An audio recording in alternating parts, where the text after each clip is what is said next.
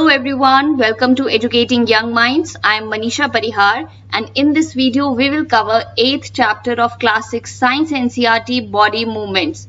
Believe me students, it is very interesting chapter. You will get to learn many new things. So do watch the video till the end.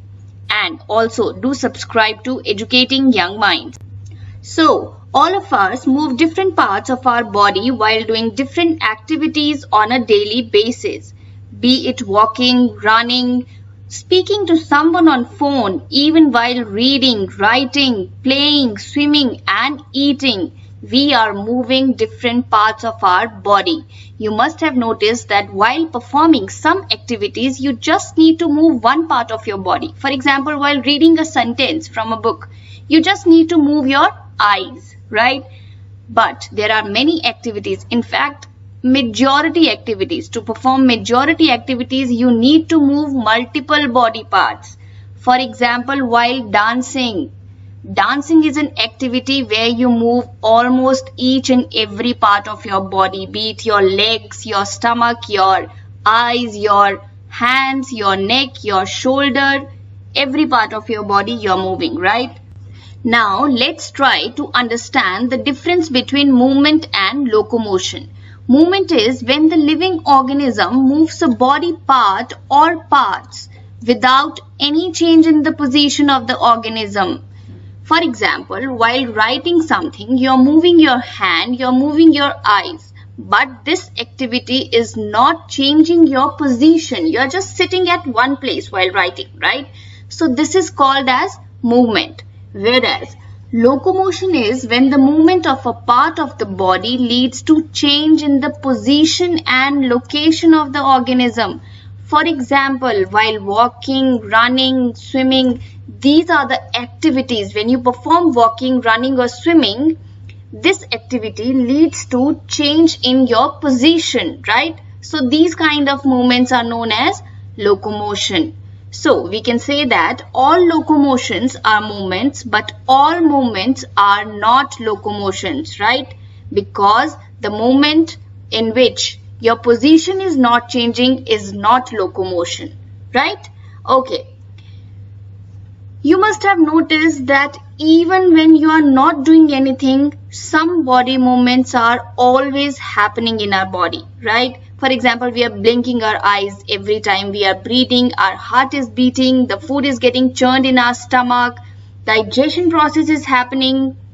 So there are so many body movements that are continuously happening inside our body also and outside our body also, right? Okay, so let's understand about these body movements in detail in this chapter. Okay, so while doing physical exercises, you can bend your leg from here, you can bend your arm from here, right? Now, if I ask you, try to bend your leg from this point or try to bend your arm from this point, will you be able to do that? No, right?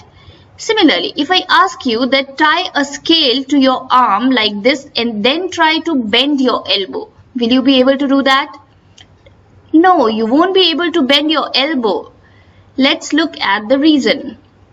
So, we are able to bend or rotate our body in places where bones meet.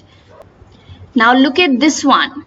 This is human skeleton system. We know that human skeleton system consists of 206 bones and there are number of joints present as you can see. For example, look at this one. This is your upper thigh bone and this is your lower leg bone and there is a joint present here, your knee joint.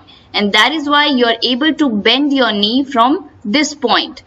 Similarly, there is a joint present over here between your upper thigh bone and your hip bone. That is why you can move your leg from here. There is a joint present over here. There is a joint present over here. There are number of joints present at various places.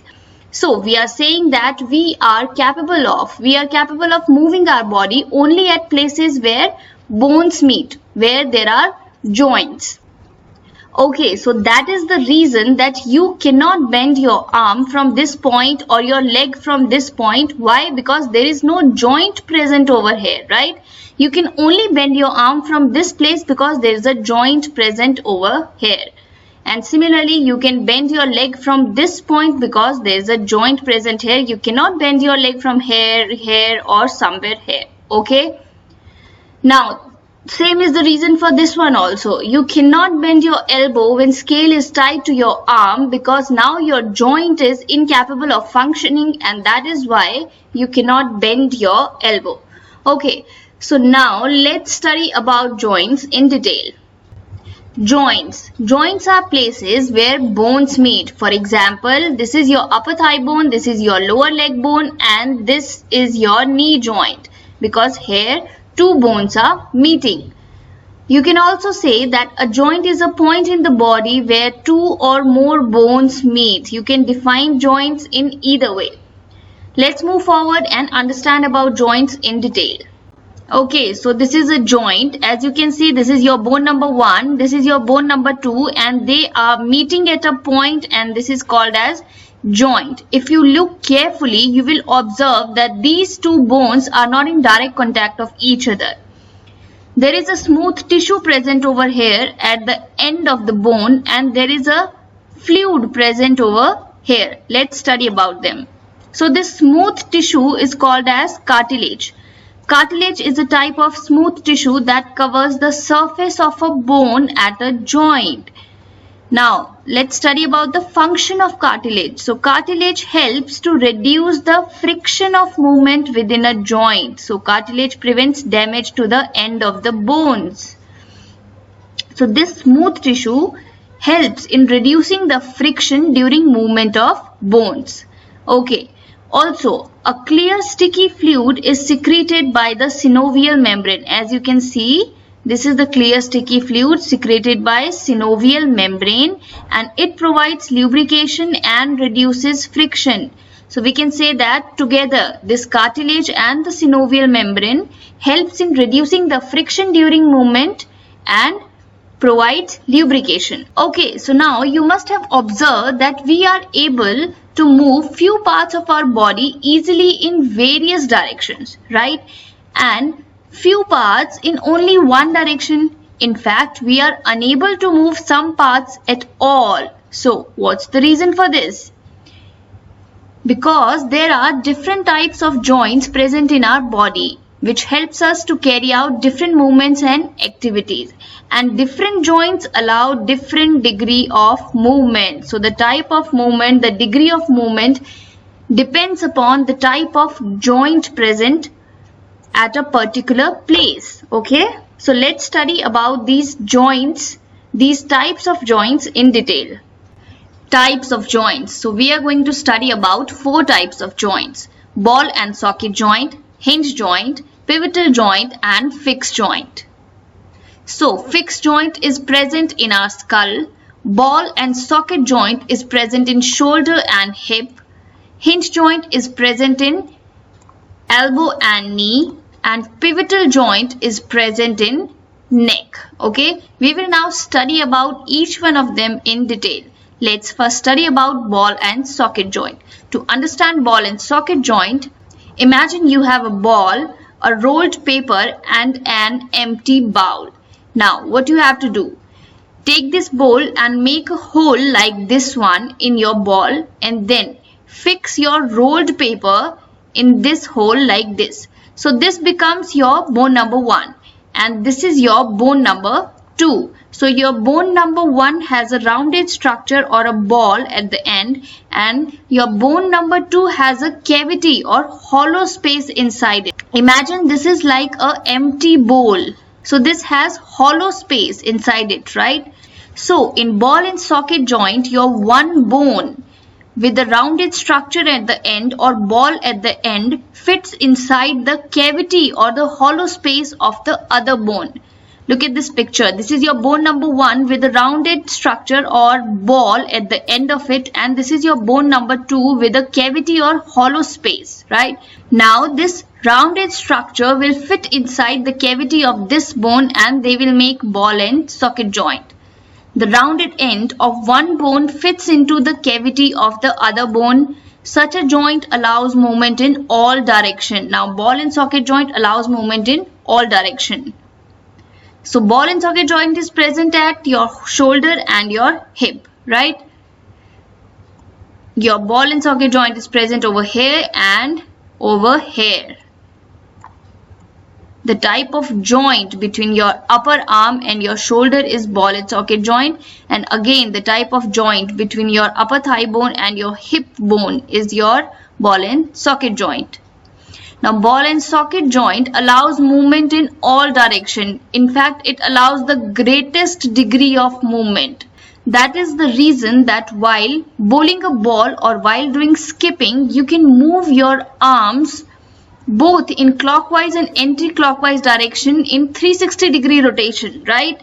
You're capable of moving your arms in different ways, like this, like this, like this, just because there is a ball and socket joint present over here, and it allows the greatest degree of movement. It allows greater flexibility.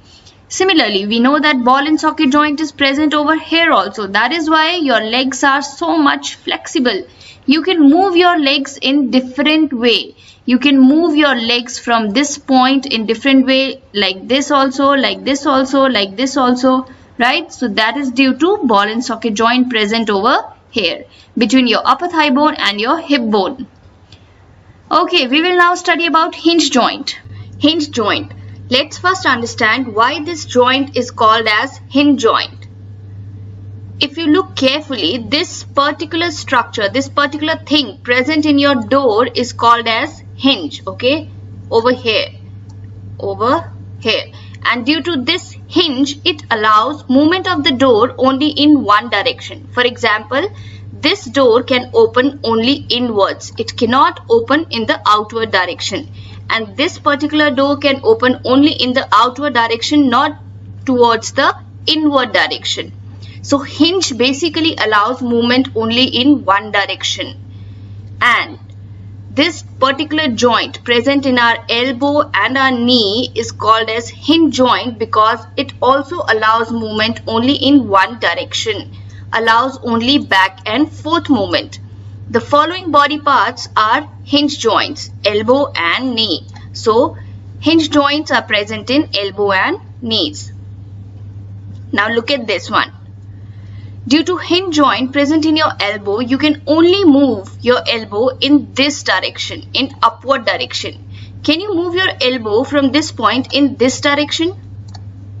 No, right? You cannot do that because hinge joint allows movement only in one direction. Now look at this one. Hinge joint is also present in your knee joint, right? Your knee joint is also hinge joint. And due to this, you can move your leg from this point only in this direction. You cannot move your leg in this direction because hinge joint allows movement only in one direction. Okay, let's move forward. Pivotal joint. As we know that pivotal joint is present in our neck region. Okay, so the joint where our neck joins the head is a pivotal joint. It allows us to bend our head in forward and backward direction and turn the head to our right and left. This joint even allows rotation. You can rotate your head, right? So in a pivotal joint, a cylindrical bone rotates in a ring-like structure. As you can see here, this is a cylindrical bone and it rotates in a ring-like structure. Now, I told you that due to pivotal joint, you can bend your head forward, backward, you can see to your left, to your right? It allows this kind of movement. But as we have studied in ball and socket joint that while bowling a ball, you can rotate your arm in complete circle like this, right?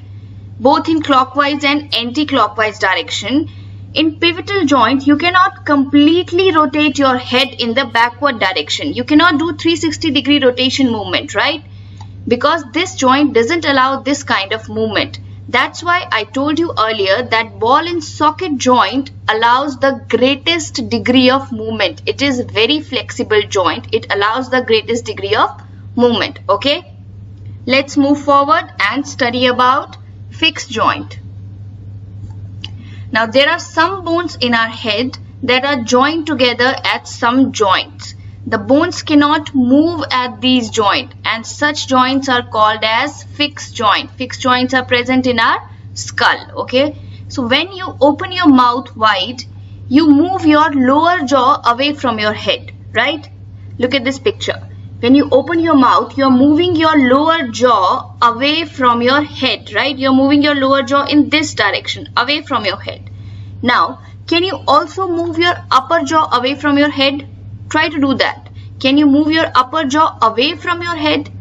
You cannot do that. Why? Because there is a joint between the upper jaw and the rest of the head, which is a fixed joint. Between your upper jaw and rest of the head, there is a joint which is a fixed joint. In fact, in your entire skull, there is only one movable joint. That is the joint which is present between your lower jaw and rest of the head. Rest all the joints are fixed and the bones cannot move at these joints. Okay. So now we have completed our types of joint. We have studied about ball and socket joint, hinge joint, fixed joint and pivotal joint. Now let's move forward and understand our next topic. Alright, we will now study about human skeleton system in detail. All the bones in our body form a framework to give shape and support to our body, and this framework is called as skeleton. Now skeleton performs very important function. It protects our internal organs from injury. It also helps in movement of body. And we know that in human beings, this system is made up of 206 bones and a few cartilages. Okay, let's study about skeleton system in detail. But before that, how do we know that this is the shape of human skeleton system? Or how do we know the shape of the different bones in our body? So you can get a rough idea about your bones, about the shape of your bones by feeling it. And the accurate picture of the bones in our body is provided by X-ray images. So with the help of X-ray images, we got to know the shape of human skeleton system. Okay, let's move forward and study about human skeleton system in detail. First, we will study about skull. Now, the skull is made of 22 bones joined together. It encloses and protects a very important part of our body, that is brain.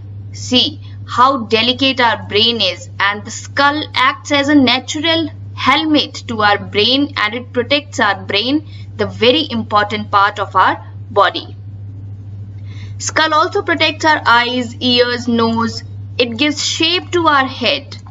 And we already know that all bone of skull are immovable except lower jaw, right?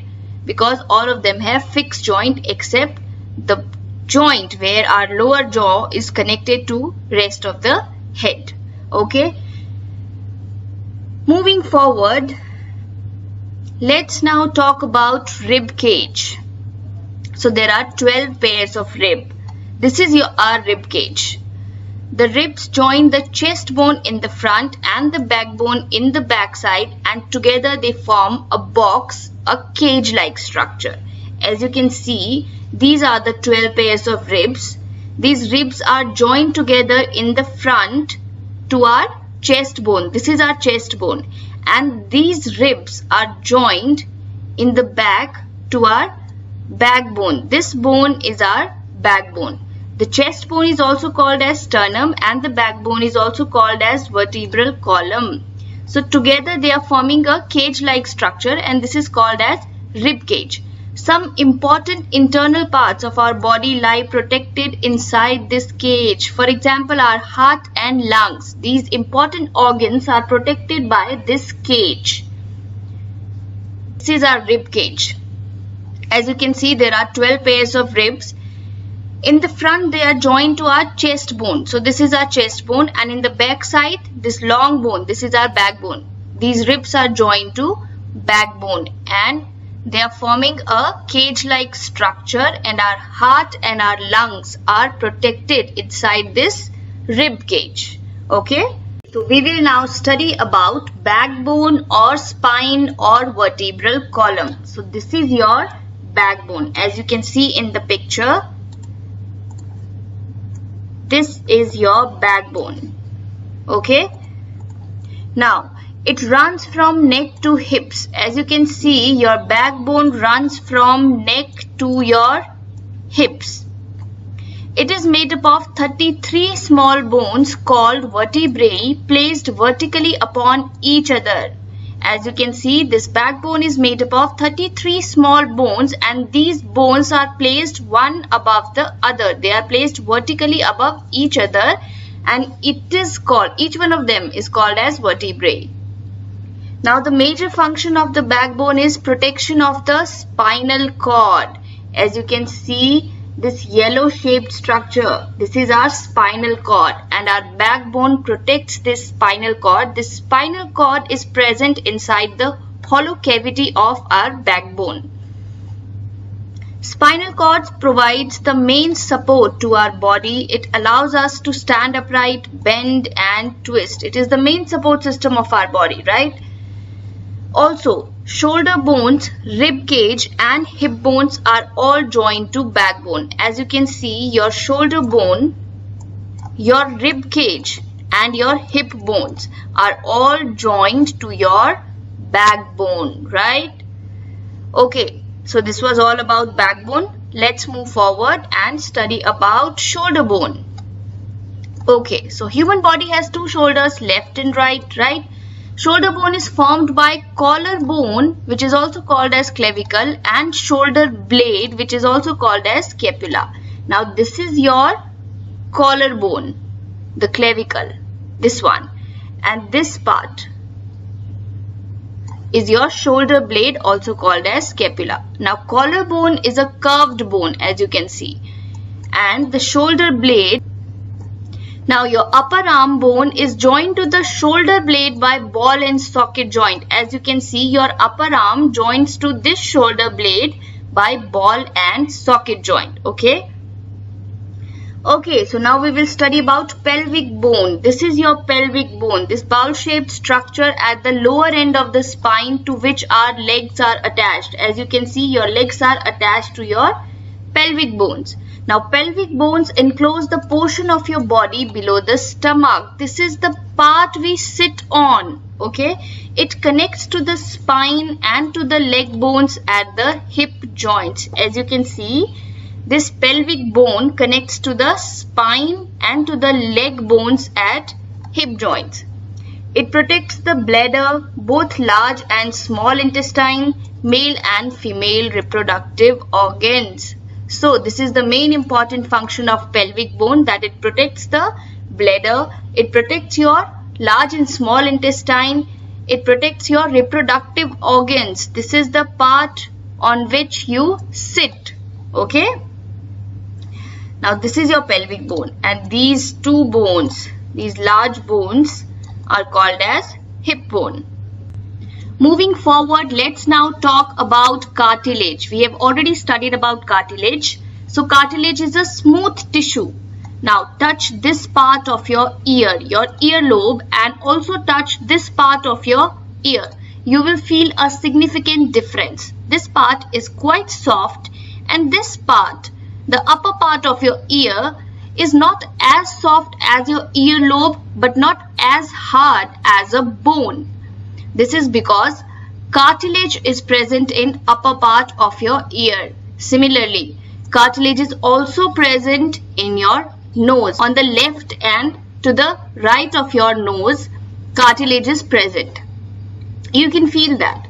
So, part of the skeleton that are not as hard as the bones and which can be bent are cartilage. Now, we already know that cartilage is also present in joints. We have studied about this, right? The friction created due to movement of bones is reduced by cartilage. Also, cartilage is present in the vertebrae of backbone. We have studied about backbone, right? There are 33 small vertebrae placed vertically one above the other. So, cartilage is present in between them. So, we can say that it is present in ear, nose, joints between vertebrae of backbone. Alright, let's move forward. Okay, so let's now study about muscles.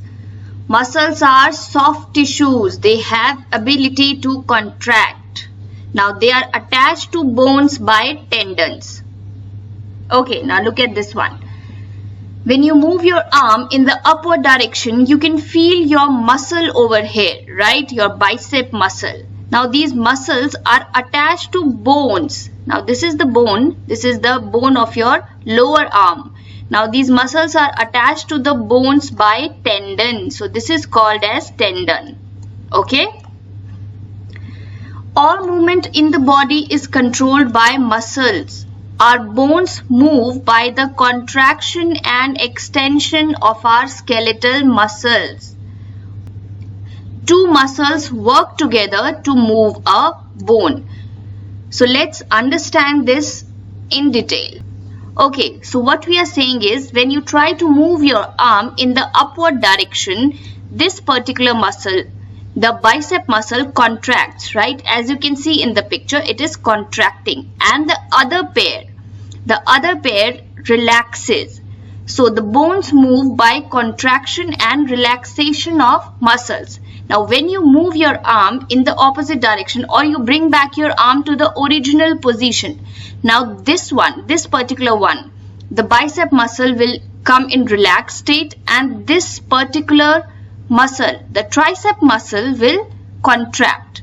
So when one of them contracts, the bone is pulled in that direction, the other muscle of the pair relaxes. To move the bone in the opposite direction, the relaxed muscle contracts to pull the bone towards its original position while the first one relaxes. So if one contracts, the other one relaxes. If other contracts, the first one relaxes. And this is how, by muscle contraction and relaxation, the bone is moved. A muscle can only pull, it cannot push. Alright? So as you can see in this picture also, when this muscle is contracting, the bone is pulled in this direction. And when it comes in the relaxed state, the bone is moved in the opposite direction. It moves to its original position. So by muscle contraction and relaxation, the bone is moved. Studied about human body movements. We have studied about types of joints, human skeleton system. Now we will study about how animals move, or the gait of animals. Gait means a particular way of walking. There are different ways by which animals move from one place to another. If we talk about human beings, it's quite simple. We use our legs to move from one place to another. If you talk about cow, buffalo, dogs, cat, they walk and run to move from one place to another. A snake slithers. Birds fly. Insects walk also, fly also, crawl also, right? Now fishes swim and move from one place to another. So now we will study about these animals, the earthworms, snails, cockroaches, birds, fish and snakes, and study about them, that how they move from one place to another. Okay, first we will talk about earthworms. Now the body of earthworm is made up of many rings joined end to end. As you can see, this is an earthworm, and as you can see, the body is made up of many rings joined end to end. An earthworm does not have bones, it has muscles only, which help to extend and shorten the body. Now during movement, the earthworm first extends the front part of the body, keeping the rear portion or the back portion fixed to the ground. Okay, so first it will extend the front part of the body and it keeps its back portion fixed to the ground. Then it fixes the front end and then releases the rear end or the back end. It then shortens the body and pulls the rear end forward. This makes it move forward by a small distance. It will first extend the front part of the body, keeping its rear portion fixed. Then it will fix the front end and then it will release the rear end. This is how the earthworm moves through repeated muscle expansion and contraction. Also, the body secretes a slimy substance to help the movement. Let's see how an earthworm moves. As you can see, the earthworm first extends its front part, keeping the rear portion fixed. It will then fix the front part and it will release the rear end. It will extend the rear end.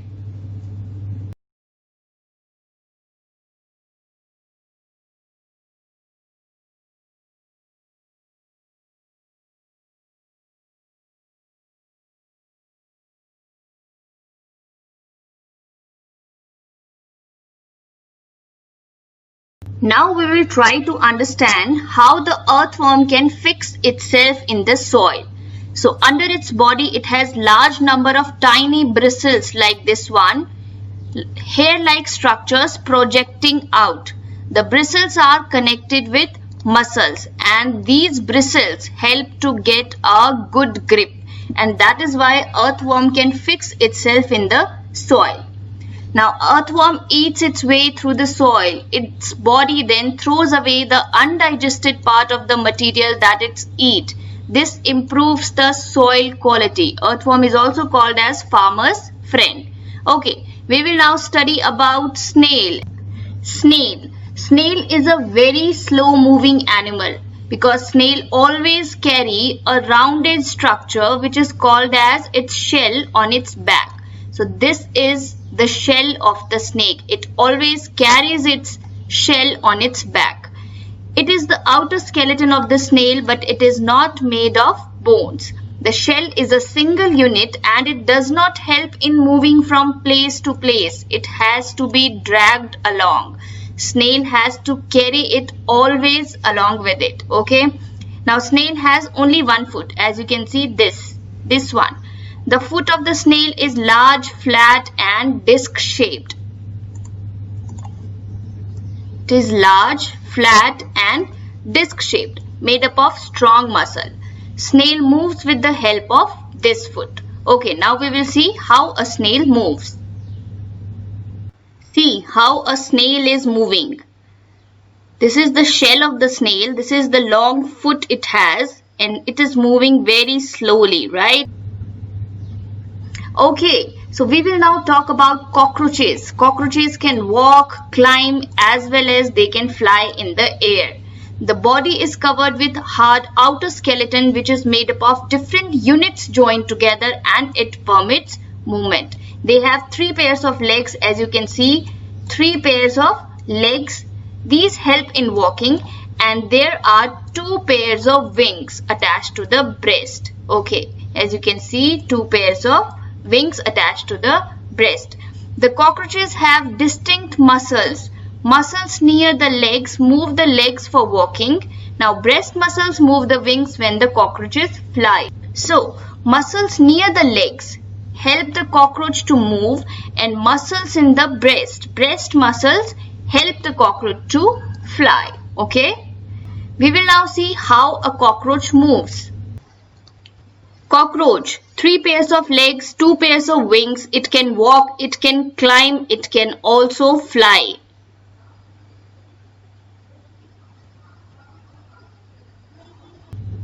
Okay, let's now talk about birds. Birds fly in the air and walk on the ground. Some birds like ducks and swans also swim in water. The birds can fly because their bodies are well suited for flying. Their bones are hollow and light, and that is why, because of the light weight, the birds can easily fly in the sky. The hind limbs are used for walking and perching. The forelimbs are modified into wings. The breastbones are modified to hold muscles of flight which are used to move the wings up and down. Birds fly by constant flapping of their wings. We will now see how birds fly. So this is how birds fly, by constant flapping of their wings. Now these are the hind limbs and the forelimbs are modified into wings. The hind limbs are used for walking and perching.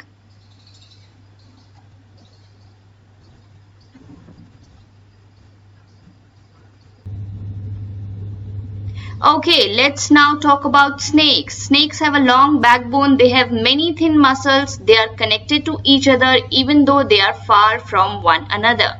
They also interconnect the backbone, ribs and skin.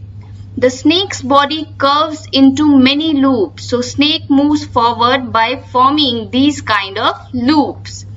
Each loop of the snake gives it a forward push by pressing against the ground.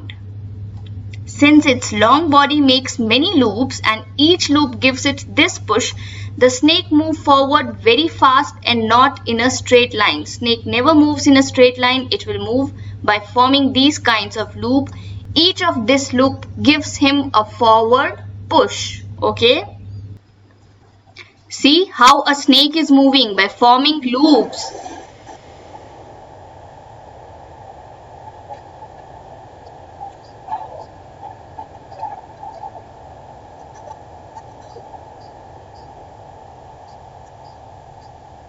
Okay, so we will now talk about fish.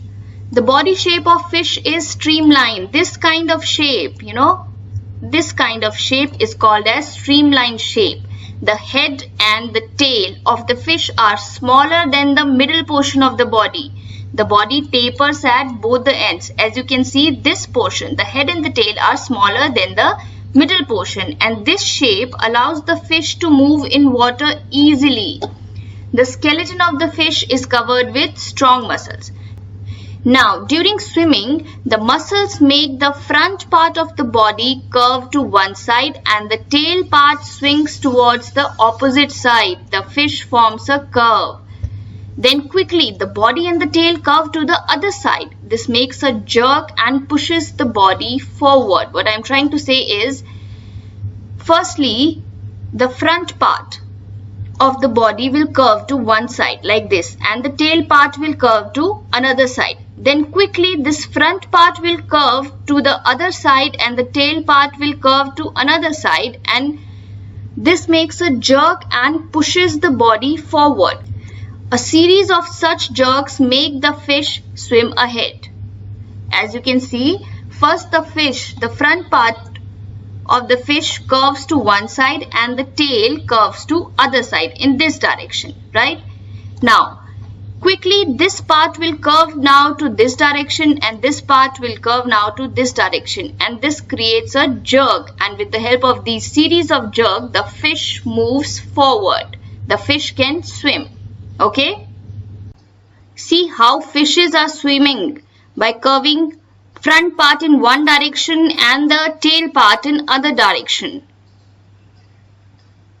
Alright students, this was all about the chapter body movements. I really hope you enjoyed the chapter. If you really liked the video, do subscribe to Educating Young Minds and do share the video with your friends. Thank you. Keep studying.